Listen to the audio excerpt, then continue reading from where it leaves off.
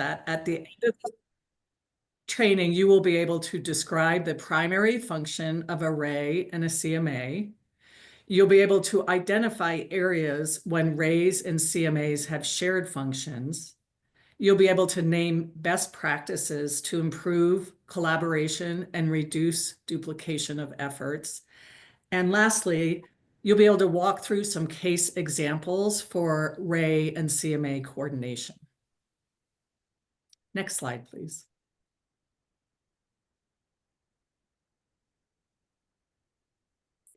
So the purpose of this project, which is funded with ARPA dollars, and it's specifically ARPA 5.04. The Department of Healthcare Policy and Financing contracted with JSI in February of 2023 to conduct a stakeholder-informed process improvement initiative. This initiative included developing recommendations to improve communication, collaboration, and cross-agency coordination between regional accountable entities, RAEs, and case management agencies, CMAs. And the focus of the project is to ultimately improve member experience for individuals who are enrolled in Colorado's home and community-based services waivers. So to gather information, the JSI team conducted key stakeholder interviews and participated in large group discussions at stakeholder meetings. We also talked to members, and we reviewed evidence and literature to help develop the best practices that you will hear about during this training. So I am now going to pass it to Laurel. Next slide. Thank you, Laura. Hello, everyone. As Laura mentioned, one of the objectives of this training is to learn more about the regional accountable entities and the case management agency's primary functions and where those functions intersect. Regional accountable entities, or RAEs, are responsible for administering Colorado Medicaid's managed care system, which is called the Accountable Care Collaborative, or the ACC for short. The ACC is the core of the Medicaid program. It is how providers are organized and how members receive their care. The RAEs are responsible for promoting an integrated whole person approach to members' physical and behavioral health, and working to achieve the goals and objectives of the ACC program, which are to improve quality of care, close health disparities and promote health equity, improve access to care, improve member and provider service experience, and manage costs. All full benefit Medicaid members are assigned to a RAE, with the exception of members in the PACE program, which is the Program for All-Inclusive Care for the Elderly. The RAEs interact with and rely upon multiple providers, health systems, service coordinators, and community organizations and resources. While the RAEs don't necessarily provide direct medical services to a member, they are responsible for creating networks of providers and connecting disparate providers and health systems to ensure members are receiving comprehensive coordinated care. Given the RAE's responsibility to ensure members have access to care, they interact with various parts of the healthcare system, including the case management agencies. The diagram on this slide depicts the Medicaid managed care program and the interaction of different providers, entities, and resources. Next slide, please.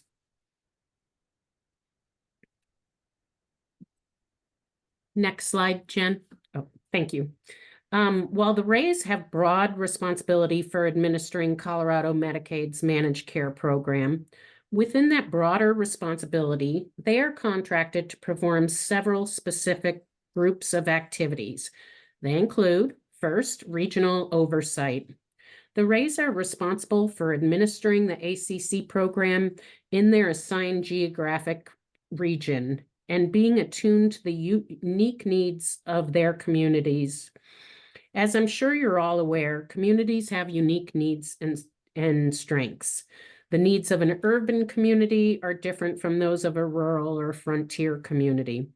As a result, RAEs develop strategies and programming that meet the diverse needs of their community. Next up, creating a network of primary care providers. RAEs are responsible for developing and contracting with a network of primary care providers that can serve their members. In the Accountable Care Collaborative program, primary care providers are referred to as primary care medical providers, or PCMPs. These providers serve as the medical home for their members. RAEs support their network of providers by offering training, administrative and practice support, and actionable data, just to mention a few things. Next, the behavioral health capitated benefit. In addition to the network of primary care providers, RAEs are responsible for contracting with a network of behavioral health providers and arranging for the provision of mental health and substance use disorder services. RAEs are paid a capitated per member per month payment to manage the behavioral health benefit, including contracting with providers, ensuring member access to services, authorizing certain services, and paying provider behavioral health claims. The capitated benefit includes a full continuum of mental health and substance use disorder services, ranging from community-based outpatient services to inpatient and residential services. RAEs support behavioral health providers in navigating the Medicaid system, much like they do for the primary care medical providers. Member engagement is the next responsibility of the RAEs. RAEs are responsible for engaging their members in the Medicaid program and encouraging them to be active participants in their health and health care. RAEs are responsible for creating a culture that prioritizes the member experience by adopting a person and family-centered, culturally competent approach to care. RAEs prepare and disseminate member communications and materials, manage the member grievance process, and integrate member feedback into the program. Population management. The next RAE responsibility, RAEs have a responsibility to manage the overall member health in their region. This means not just getting an individual member the services they need, but thinking about the overall population and how to promote health, engagement, and access. They do this by identifying and managing health and health-related social needs to achieve better health outcomes and member well-being, while also managing costs within the program. Population management includes activities such as member engagement, provider engagement and support, clinical and non-clinical programs, and comprehensive care coordination. Care coordination is the next responsibility. RAEs are responsible for ensuring that whole person care coordination and case management are available to all members that need it. That does not necessarily mean that all members need this level of engagement or support, or that a member must work with their RAE. Sometimes the primary care provider, the behavioral health provider, or the case management agency provide the needed care coordination for the member.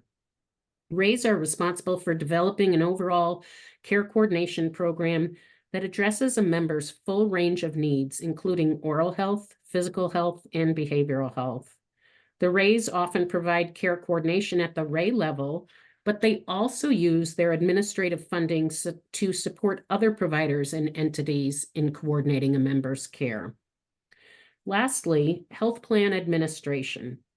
In addition to ensuring member access to services and managing networks of providers, RAEs are responsible for administrative activities such as data management and analytics, claims payment for behavioral health services, quality improvement, outcome management, and program integrity or compliance with state and federal regulations. Next slide, Jen.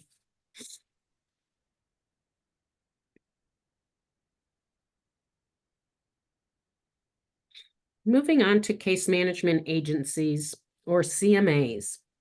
As we saw in the first diagram depicting the RAEs and the Medicaid managed care system, CMAs have an important role within the broader healthcare system and are integral partners to the RAEs. CMAs are responsible for providing case management for members who receive long-term services and supports, or LTSS. They are experts regarding long-term services and supports in home and community-based waivers, or home and community-based waiver services. Each case management agency has a defined geographic area that they serve, but they may serve members from outside of their region who opt to receive care from their agency. Case management agencies work with community partners and service providers to coordinate waiver services for their members.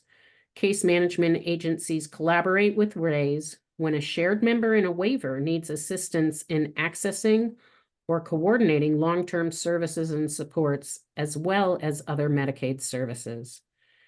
Case management agencies are contracted to do several specific activities related to long-term services and support. The first being case management. Case management agencies conduct ongoing service planning and case management meetings with their members.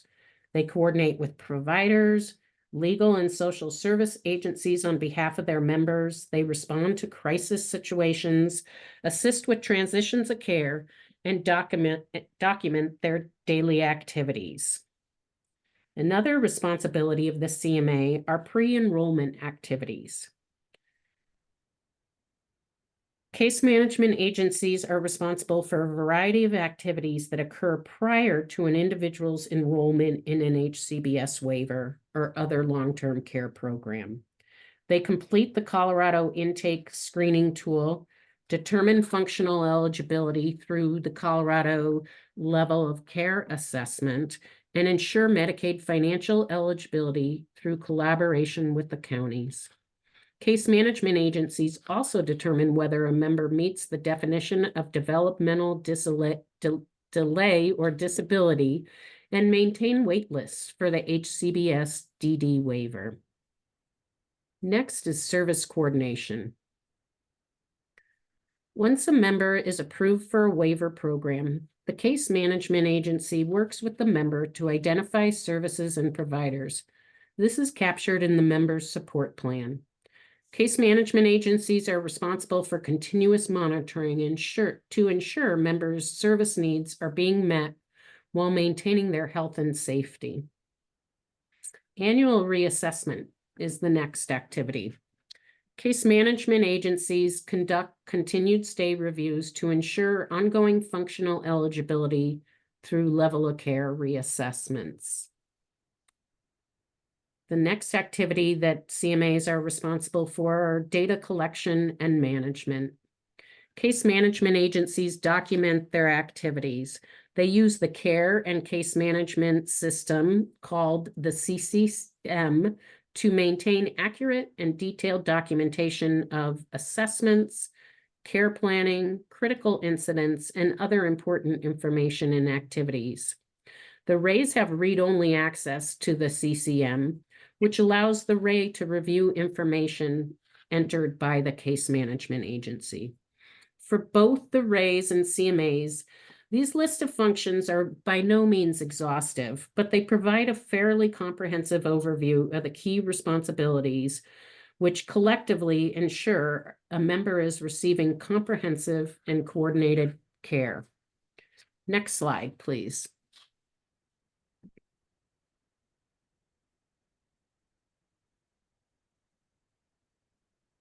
As described in the previous two slides, both RAEs and case management agencies perform case management and care coordination activities. Care and case management are broad terms that encompass a number of interventions and activities. Both care coordination and case management aim to improve members' healthcare outcomes. There are differences between the two terms as well as areas of commonality. Often these terms are used interchangeably.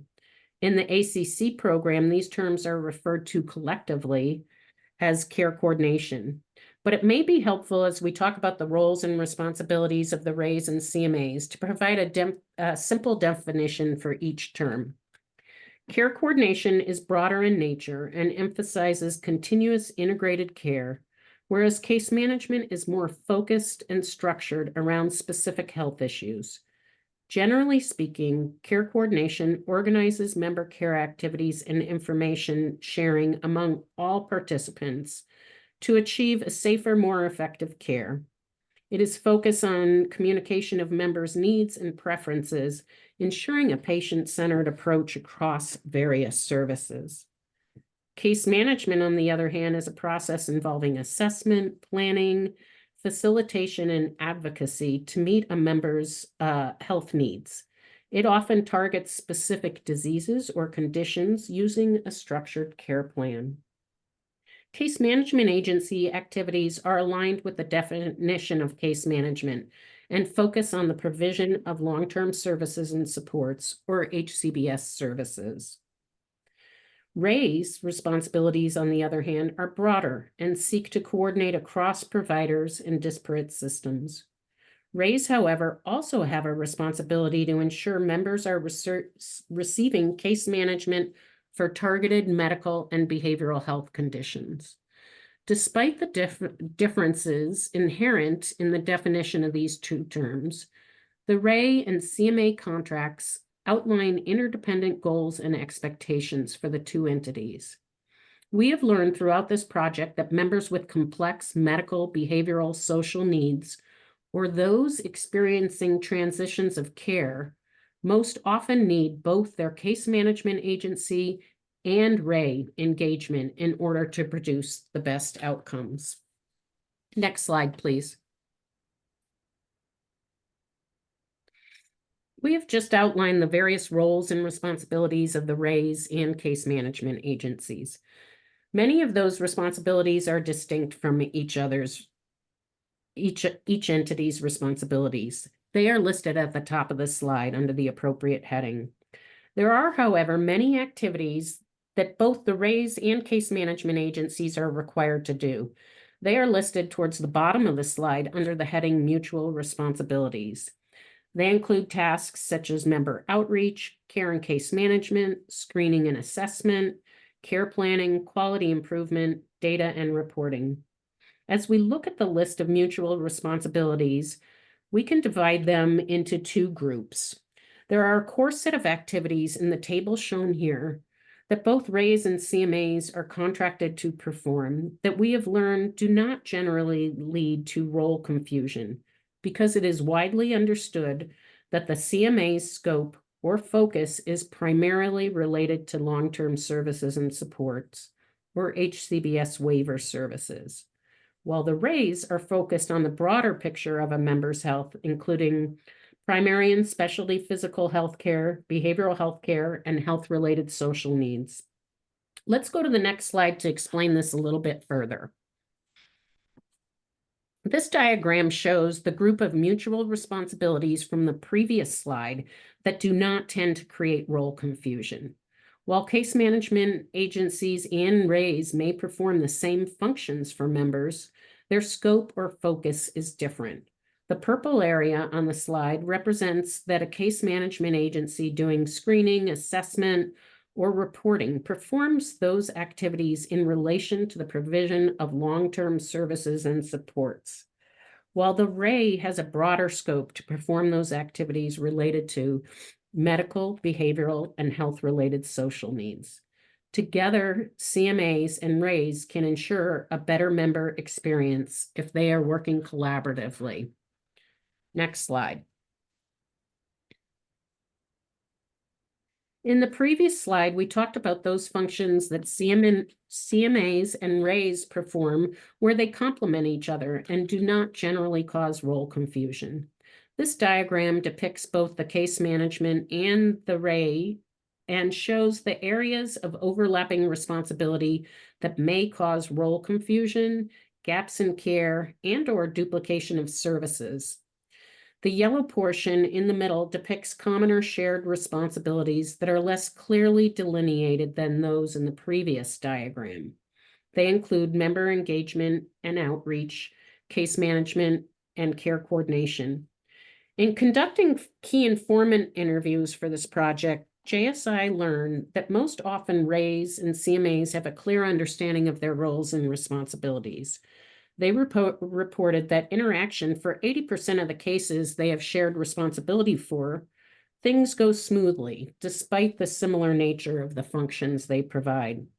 For the 20% of cases that don't always go smoothly, RAEs and CMAs identified that generally those cases involve a member with complex medical or behavioral health needs and greater overall acuity. While the lack of clarity when dealing with these more complex cases can be frustrating for the participants, there are tools and best practices that can be used to ensure improved communication, collaboration, and coordination, and therefore minimize confusion, gaps in care, and/or duplication of services. Next slide. One tool that can be useful in helping case management agencies and regional accountable entities visualize their different roles is this 4-quadrant diagram pictured here. The left axis depicts a member's long-term service and support, or HCBS needs, ranging from a low level of need in the bottom left quadrant to a high level of need in the upper left quadrant. The axis across the bottom shows a member's medical, behavioral, and health-related social needs, again, ranging from low needs in the lower left quadrant to high needs in the right quadrant. The upper right quadrant reflects individuals with both high long-term services and supports, or HCBS needs, and high medical, behavioral, and social needs, versus the lower left quadrant that depicts low LTSS, medical, and behavioral health needs. As a general rule, case management agencies are able to take the lead for members that fall in the 2 purple quadrants on the left: low to high long-term services and supports, or HCBS needs, but relatively low medical and behavioral health needs.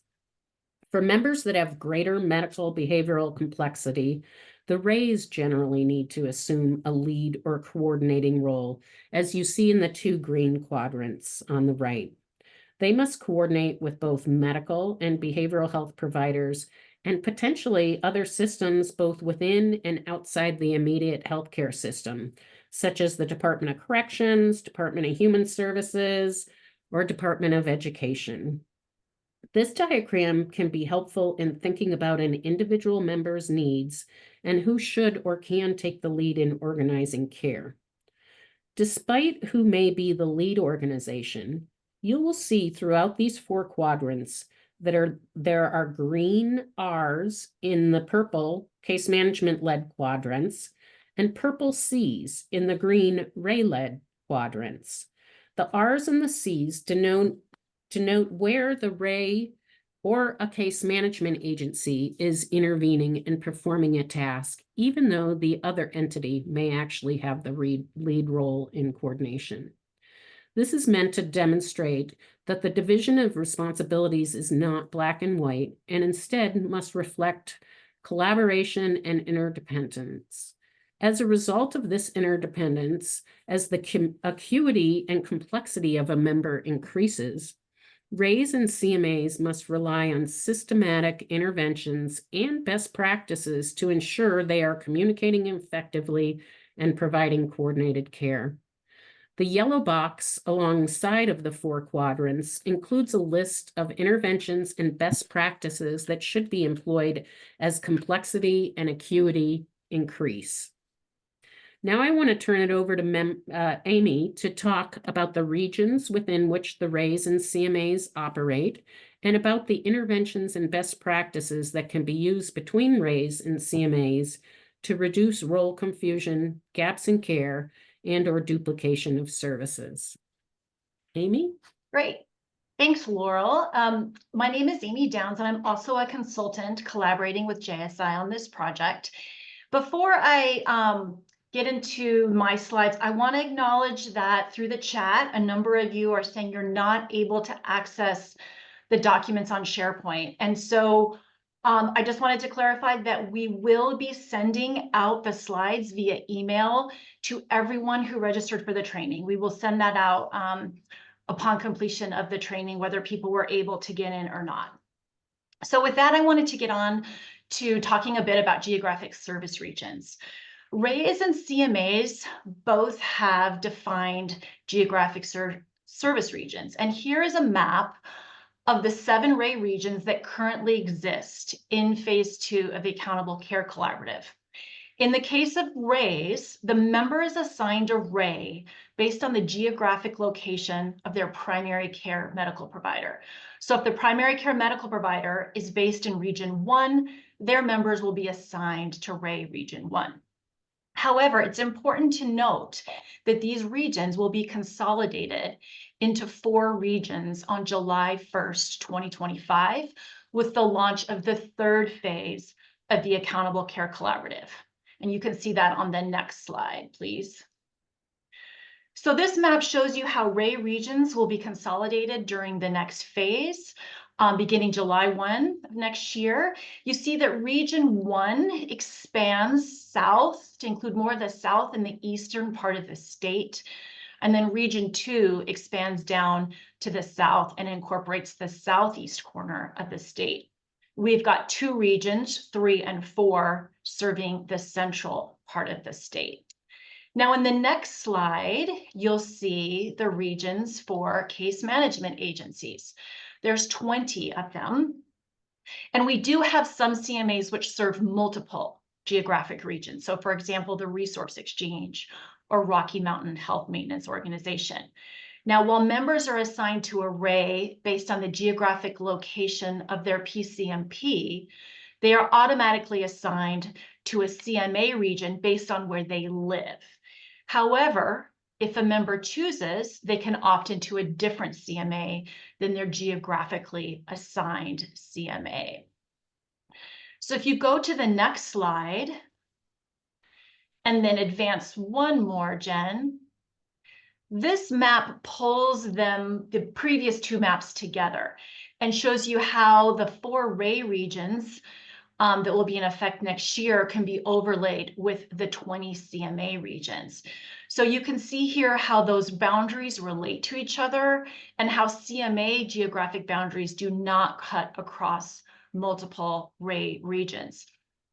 And when you look at this map, CMAs, please note which of the 4 geographic regions your CMA will be in starting next year, because we're going to do an activity in a few minutes where we're going to ask you to organize yourselves based on these 4 regions. So if you advance to the next slide, I want to talk a little bit about best practices and interventions for RAE and CMA collaboration. As Laurel mentioned, there can be overlapping responsibilities in terms of coordinating the care and case managing individuals on HCBS waivers. It's really critical that RAEs and CMAs have strong communication, coordination, and collaboration. To support those objectives, JSI gathered evidence and conducted a stakeholder-informed analysis that led to a number of recommendations and best practices. We have an extensive report that provides the details on these best practices and summarize some of them here. Now, due to limited time, I'm not going to go through all of these. I'm going to highlight just a few, but we will provide more detail on other best practices in the next training that is scheduled for a week from today on October 21st. So the first one I want to mention is number 1, RAE and CMA liaisons. We recommend that each RAE and CMA has a designated staff member who serves as the point of contact between the 2 agencies. They would be the lead at each agency for implementing a number of the best practices summarized here. Liaisons would engage in communication and collaboration to prevent cases from escalating into crises. And now the new CMA contract implemented earlier this year, there's a provision that includes a requirement that a liaison is designated.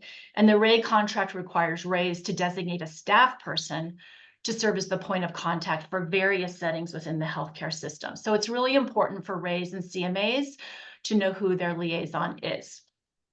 Number 5, I wanted to call that one out, and that is conducting caseload review meetings. These should be occurring on a regular basis to discuss members, particularly those with complex conditions. So caseload review meetings would include ways to proactively identify members' needs so they don't escalate into crisis situations. Timing of caseload reviews could be addressed in a memorandum of understanding. And to help formalize this process, JSI has created a meeting standardization policy and procedure template that CMAs and RAEs can use to determine the frequency of their meetings, expectations for agendas, minutes, roles, and responsibilities. So we'll be talking more about these templates in the second training next week. Number 8, documenting workflows is another best practice to improve collaboration and coordination. And I know a number of CMAs and RAEs are doing this already, but documenting workflows would include how tasks are divided and the sequence in which they're completed under different circumstances. For example, hospital discharges or onboarding a new member. Documenting workflows is really important so that there's a regularity to collaboration and coordination, and CMAs and RAEs have a standardized and transparent process so we don't have staff members guessing who is doing what and in what order. And then number 9, local complex and creative solutions meetings. We recommend that for very complex cases that need an immediate solution and collaboration cannot wait for a caseload review, that RAEs and CMAs have these local meetings. And the purpose here is to address any crises at the local level and avoid escalation to the department. So beginning in the spring of 2024, these are now required in the new CMA contract. So with that overview, we're going to move into an exercise that we want to engage with all of you throughout breakout sessions. So on the next slide, we've got those 4 regions I mentioned earlier, and we want you to break into breakout groups according to the RAE region that you're going to be in starting in 2025. So we've listed the breakout, each group's topic, and we're going to request you organize yourselves this way. So if you advance to the next slide, you can see, and just advance once more, this is just a reminder of how those regions are going to be shaking out. So for example, if you are in the southwest corner of the state and you're in CMA 20, the region for CMA 20, you're in RAE region 1. So you would go to the breakout session for region number 1. If you're currently in a RAE that will no longer exist next year, please self-select into the breakout group you think is most appropriate. And these are just guidelines to organize yourselves. If there's a breakout group you really want to join that doesn't align with your region, please just join that. Once we go into our breakout sessions, you'll have a facilitator. We'll go through a scenario and you'll collaboratively answer some questions.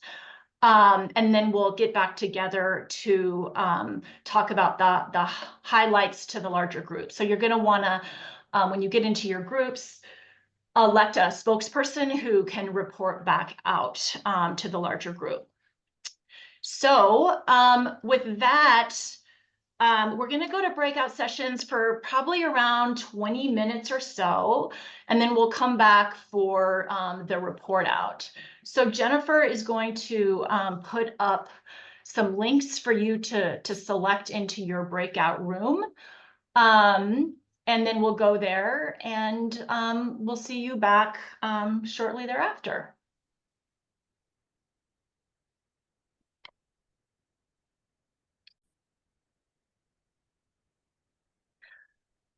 Okay, I'll just repeat myself real quickly. We're going to do a report out. Please highlight the top 2 findings. We're just going to do it in a couple minutes. We'll go in sequential order. And then after that, we're going to take some questions.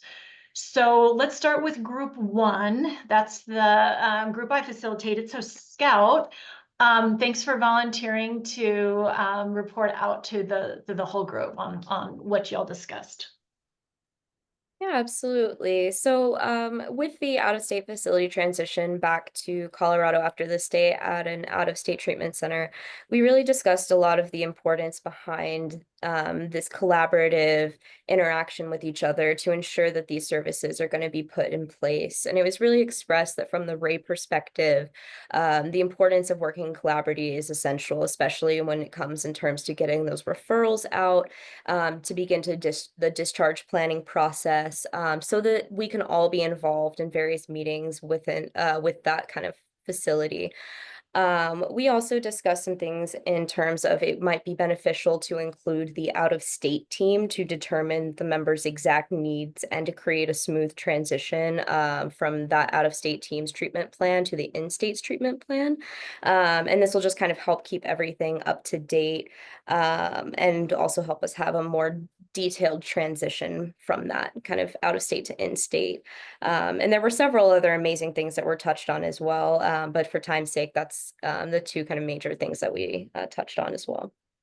Great. Thanks so much, Scout. Group 2, who is reporting out for group 2?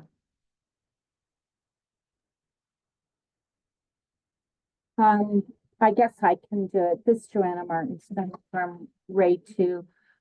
So we had the Department of Corrections with not meeting competency requirements and would be released in needing HCBS. So we kind of talked a little bit about, from the RAE's perspective, we usually know about people being released from DOG and have that process in place. And can start care coordination hopefully fairly early. And then, you know, it's interesting, the CMA said they get their notifications sometimes from Department of Corrections, but it can be from a lot of various entities of a referral to them. And so we just really, I think, are looking at the definite need to do those workflows in our shared meetings that we're starting now about making sure that whoever gets those members being referred to us, we need to make sure our communication between the CMA and the RAEs is in place right from the beginning. So a referral both ways, and making sure that that everybody knows that process. How do you, who's our point people, who's our liaisons, and make that contact. And then on a case like this, it could be a really complicated with a lot of needs going on, and the necessary need for collaboration and those plans being developed and those workflows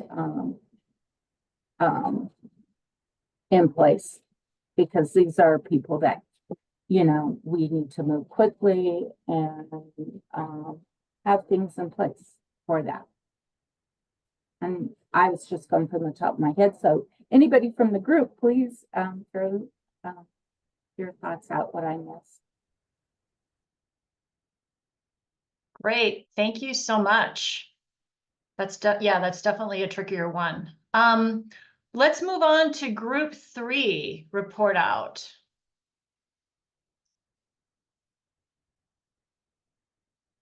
Hello, I'm Kristen Valenti, and I volunteered to speak up for our group.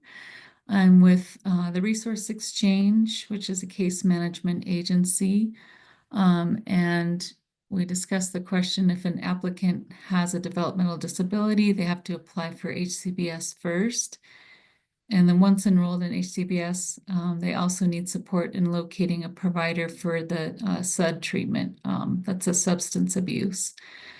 So we discussed the HCBS process and how it can be a lengthy process to apply for and actually get onto the home and community-based services, and how a good amount of that process does need to be completed by the CMA first. We also did talk about how the RAEs will often be the first to find the existing member that needs this as they come into substance abuse treatment.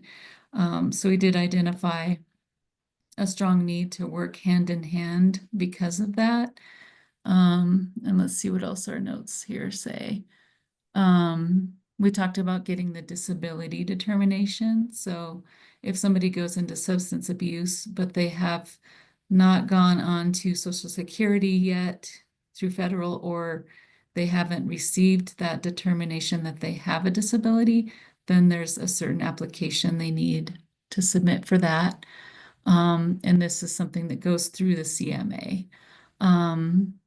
We also touched on how RAEs, I guess, need to have an understanding that HCBS is not automatic. There is a process and there's assessments that need to be done for that.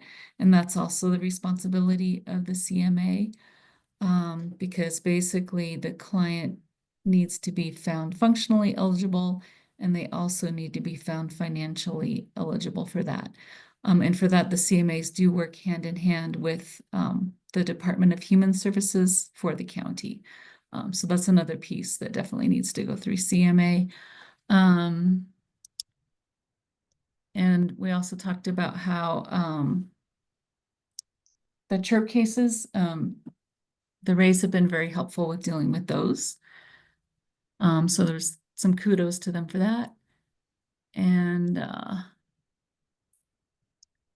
yeah, I think that covers most of the notes from what I can see here.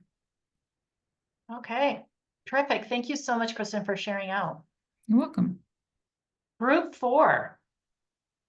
Hi there, this is Marcia from Colorado Access.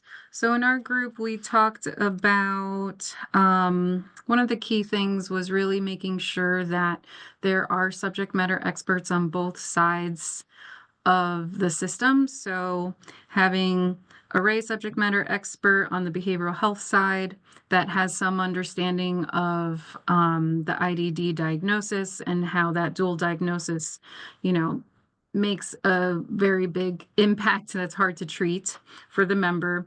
And then a subject matter expert on the CMA side who's able to make sure that all resources are being explored.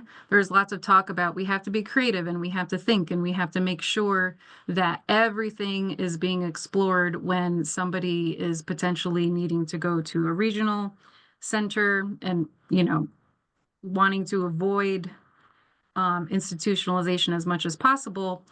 And that's always the last resort. But how do we make sure that all of the options were fully explored and put out on the table? So we spent some time talking about that and just the challenges around that. To support that or mitigate those challenges, having case consultations is always a great first step. Having creative solutions calls is next level of support. And then pulling in HCPF representation on the OCL side or on the RAE side to do more formalized escalation processes like the support level review on the CMA side, or on the RAE side, we have the escalation extended stay reviews for members that are stuck in the hospital due to issues with placement/treatment. One other thing we spoke about was making sure that there is analysis being done and evaluation of the providers that are the behavioral health providers that are potentially denying a member due to an IDD diagnosis and how that's not acceptable. Just based on diagnosis alone, right? There needs to be really strong evaluation, potentially QOCs involved or quality of care concerns reported if there's a suspicion that members are being not treated equitably based on their diagnosis. We also just talked about how in the CSCSS level of support, how it is ultimately, the RAE's responsibility to facilitate, track, take notes, and make sure that all of the people are coordinating as efficiently as possible to serve the member. Team, jump in if I missed anything. Everyone's talking. Great. Thanks so much, Marcia. Anybody have anything else from group 4? Okay. Jen, if you want to advance the next slide, we're going to move into questions and just a couple of caveats. We've had a lot of questions that have come up in the chat.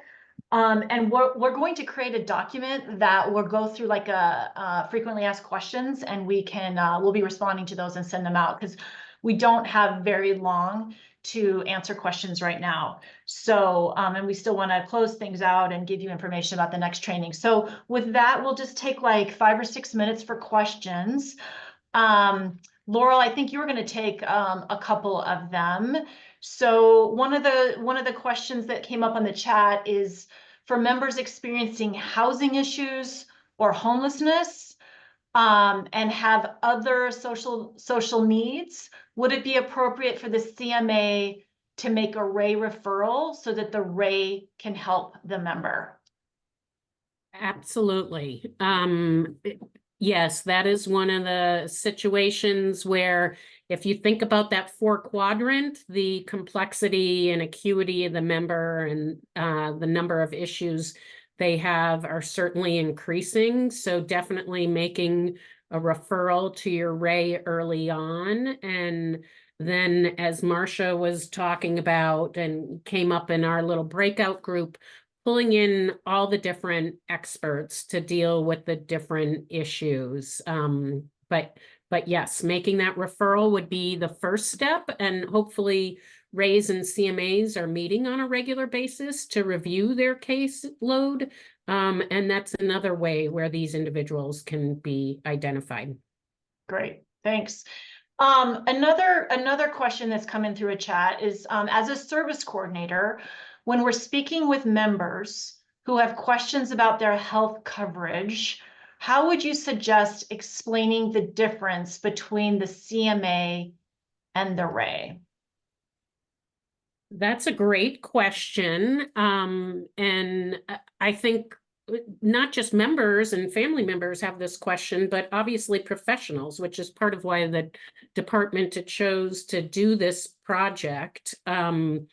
I do know that the department's also working on member correspondence right now. So I'll provide sort of a high-level answer right now, but I think also working with the Office of Community Living and the ACC team on really refining potentially some talking points around these issues. But I think making the distinction that the case management agency is really focused on those waiver services and long-term services and supports, and making it clear where they're the expert and where they're able to help the member. And then I would describe a RAE to a member that they're sort of an umbrella organization that really helps connect different providers and systems, and that they can help bring in the physical health and behavioral health and social determinants of health, those areas, and just maybe provide an example for a member on those different roles. But I think the important thing is, as these two organizations begin to collaborate, that instead of making the member really figure out who they need to go to let the member know, reassure them that case management agencies and RAEs talk together, and that you can, those issues can be brought to either one and they will reach out to each other. So the onus isn't completely on the member to figure out where to go, but that the case management agency can pull in the RAE or vice versa. Great. Thanks, Laurel. Here's a question I think could be helpful for the department to answer if somebody from OCL is on. I'm interested in knowing what the process is for a member who wants to choose a different CMA.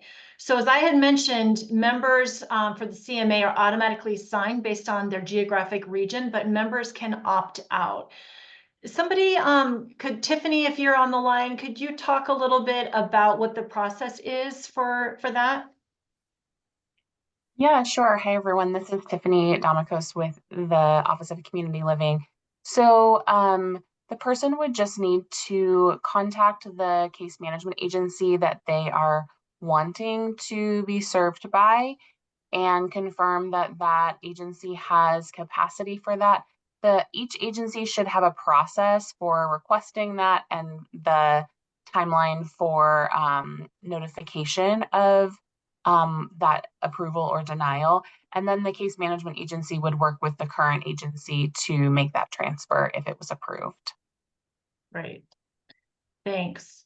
Mhm. Another question that came up has to do with workflow processes. And someone asked, what if there's entities outside the CMA and RAE that should be involved in the workflow process? Is that an effective inclusion in terms of workflows? And we would say, yes, it is an important, if you know, county human service agencies are involved or other nonprofits, to definitely include them when you're doing your workflow processes, but it's important to be collaborating with them as you do that, so everybody's on the same page in terms of what that looks like, that you're not necessarily including someone in the workflow process that isn't aware of that.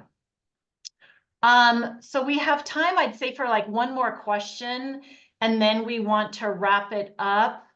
And again, we'll be putting together a Q&A, and you can see that.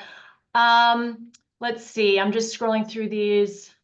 Is there a need for a formal referral to the RAE to ensure protocol or process? We think the more communication and collaboration you have, the better. So a formal referral is definitely going to help with that, but also, you know, underpinned by having these regular caseload review meetings where, you know, some RAEs and CMAs are doing that on a weekly basis, where they're going through all of their cases and doing an update on their shared members and making sure that no one is falling through the cracks. So the more you can formalize and regularize those meetings and those referrals, we think that your communication and collaboration is going to be even stronger. So I think if you also have questions, you see Laura's email address on this slide. You can also shoot questions to her that we can answer in a document that we'll be sending out. So with that, if you could advance to the next slide, Jen. We just want to close out this training. We want to thank you for attending the training. As we've mentioned, it's being recorded and will be provided to staff on an as-needed basis. So you can contact your RAE or CMA point of contact to get access to the training if you have colleagues you think would benefit for it. And we can also, when we send out the Q&A after this session, we can also include a link to that so that your colleagues can also attend that. We're also going to be having another training a week from today on October 21st from 10:30 to 12. We'll be going more in depth on the best practices and interventions. And Laura is going to put a link to that in the chat if you haven't registered for that already. And you could also take that link and forward it to your colleagues that you think would benefit from the next training. You can forward that to them as well. So Laura just put that in the chat right now. It's a Zoom link to register for that. So please feel free to use that. And thanks again very much for participating. And we hope to see you next week. Thank you. Thank you so Thank much. you. Thanks, everyone. Thank you. Bye-bye.